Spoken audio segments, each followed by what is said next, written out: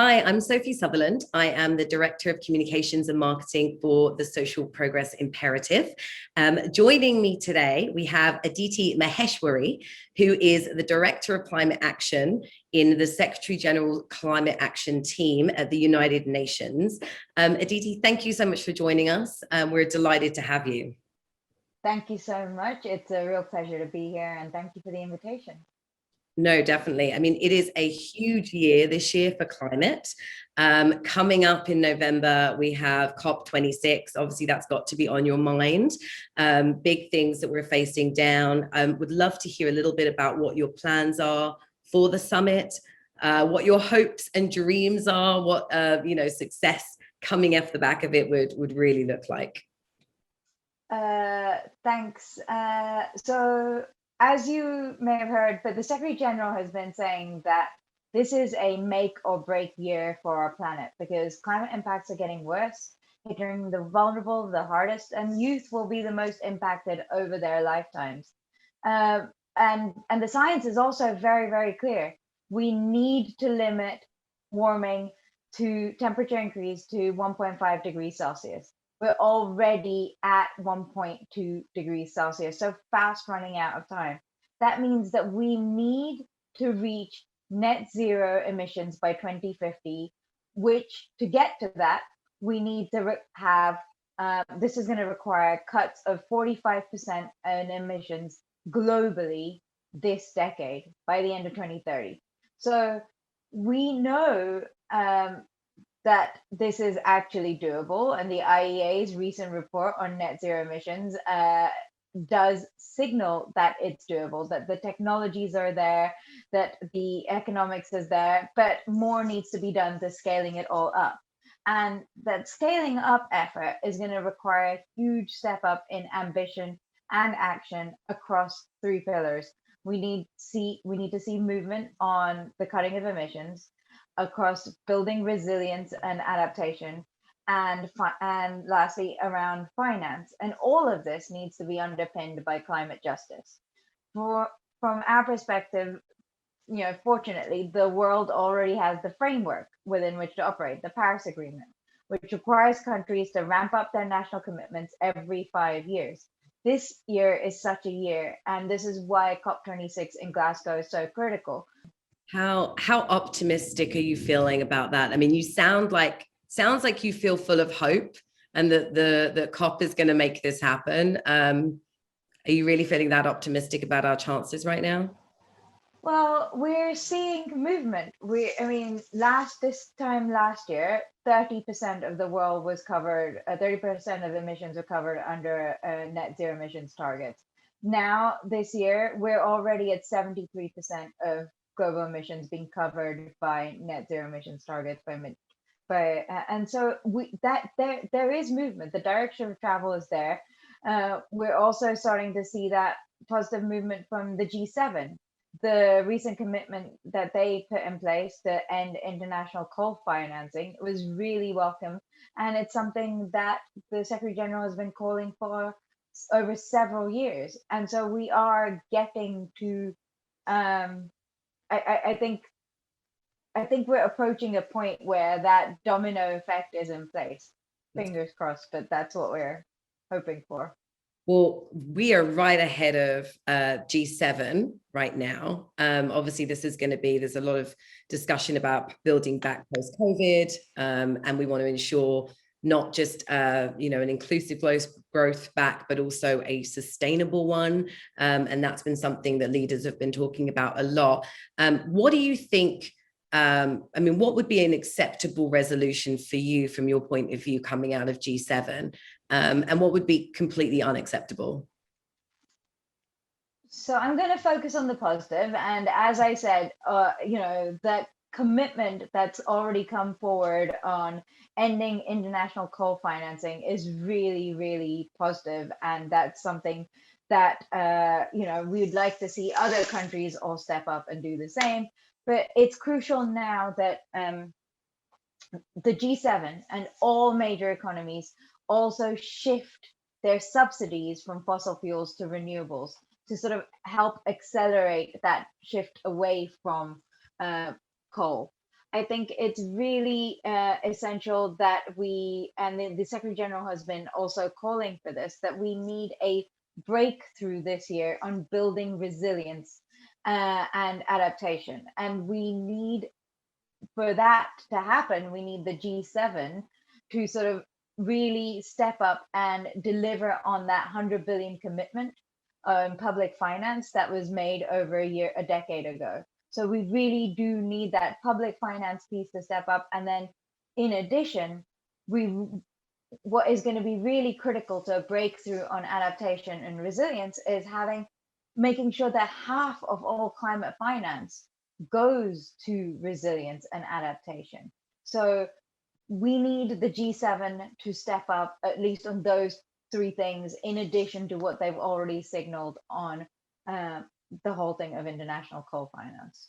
Yeah, definitely. I couldn't agree more. And I think that one of the things that we've seen that's been sort of playing in the positive way in terms of pressure on the private sector, right, has been the movement by the next generation to really force climate action into the forefront of the conversation. And by putting pressure and making it, a huge point of pride for consumers to engage with brands and for people to really engage with private sector organizations that feel committed to that. I mean, that seems to me to have really been something that's come from the youth, right? And in recent years. What do you see as being the youth sort of continual role in this way in terms of helping to drive movement and climate action forward? So, as the Secretary General said, young people have been crucial over recent years, not just holding governments to account, but putting forward solutions. And that's why the Secretary General hosted the first Youth Climate Summit in 2019. It was to give a global platform for the best youth-led climate solutions and a commitment to support and empower young people. We really need young people more than ever this year to do both. And for that, we need to make spaces for meaningful youth participation at all levels. The Secretary General has appointed a youth advisory group, and Italy is going to host a Youth for Climate Summit in late September, inviting 400 young people from around the world to participate. The UN's global youth engagement is, in overall, it's guided by the UN Youth Strategy, the Youth to 2030, and it's all set framed in the context of the Sustainable Development Goals.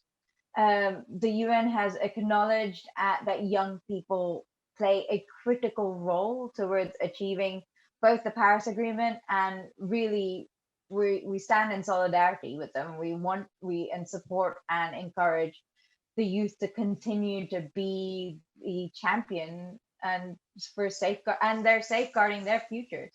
Right? They are very much the sort of in a position to encourage governments to step up and ensure that action is taken that gives them the future that they want. Great. I mean, as you know, today we're launching the Youth Progress Index, and this is the very first time that we've ever done a sustainability adjustment to the index in that way. So what that means is that we've added an extra dimension which focuses on components that reflect critical areas such as emissions, biodiversity loss, land system changes, and material consumption. As you know, our hope is that this is going to be a data-driven, way to help inform policy and investment decisions going forward by government officials at all levels. And what do you really see as the role of data in all of this? I mean, is there there's a lot of data out there, and we know that there's a lot of facts out there about what is happening to the planet and what emissions do.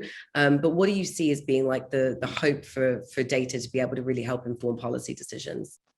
So I'm gonna leave commentary on specific data and findings to the report authors, but I can make some comparable points based on our experience of SDGs. And And I think there just overall, the role of data is critical to inform policymakers to be able to make the decision, like the best informed decisions.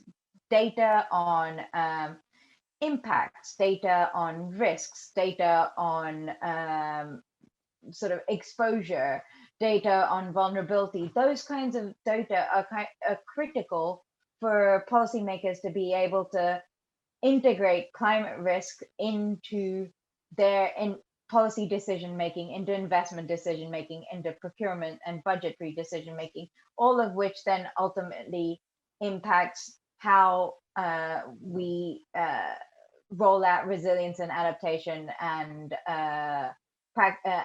also and making sure it's targeted. And so data is critical. But I think beyond that, we just, in thinking about this, we simply cannot meet goal 13 and the Paris Agreement goals if we don't drive forward progress across all 17 SDGs and vice versa.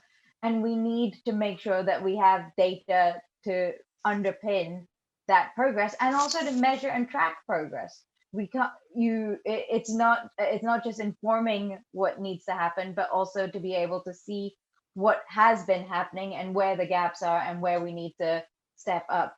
And I know that I mean, we need to take a holistic approach to all that we're doing here on the SDGs and the Paris Agreement. And it's been a very tough year for many young people between COVID, the climate crisis, youth unemployment, mental health challenges, loss of life on a large scale. But the challenges and solutions are deeply interlinked. And it's now beyond doubt that societies that take a holistic approach to climate action, integrating it into all aspects of policymaking, will deliver huge advantages across many areas: equality, health, opportunities for better lives. So that is why it's critical that the trillions that are being spent on COVID recovery are aligned with both the Paris Agreement goals and the SDGs. Great. Thank you. I mean, one last thought from you. You mentioned it has been a very, very bleak year for youth around the world. Is there any final message of hope or optimism or advice that you would like to implant on the youth that are with us today? It's been an incredibly challenging year on so many levels, and yet the youth have demonstrated resilience and been an example for the world writ large. They have stepped up in so many ways, and they have continued to push and prioritize and call for movement on issues that are important to them. And that perseverance and resilience is really critical to delivering and continuing to drive home the messages that you have been articulating so well, and pushing for the changes that you have been calling for. They are your efforts are bearing fruit. You are seeing this in terms of the kinds of movement and the level of ambition that's starting to emerge on climate. Just please keep up the good work, and we're here to support you, and we stand in solidarity, and we look forward to success on climate in the months ahead. Thank you. Aditi, thank you. Really, it was wonderful to have you. Really appreciate you sharing your thoughts and those very inspiring words. Good luck at COP this year. We will be sending positive thoughts for good progress. Thank you again for joining us. It was such a pleasure.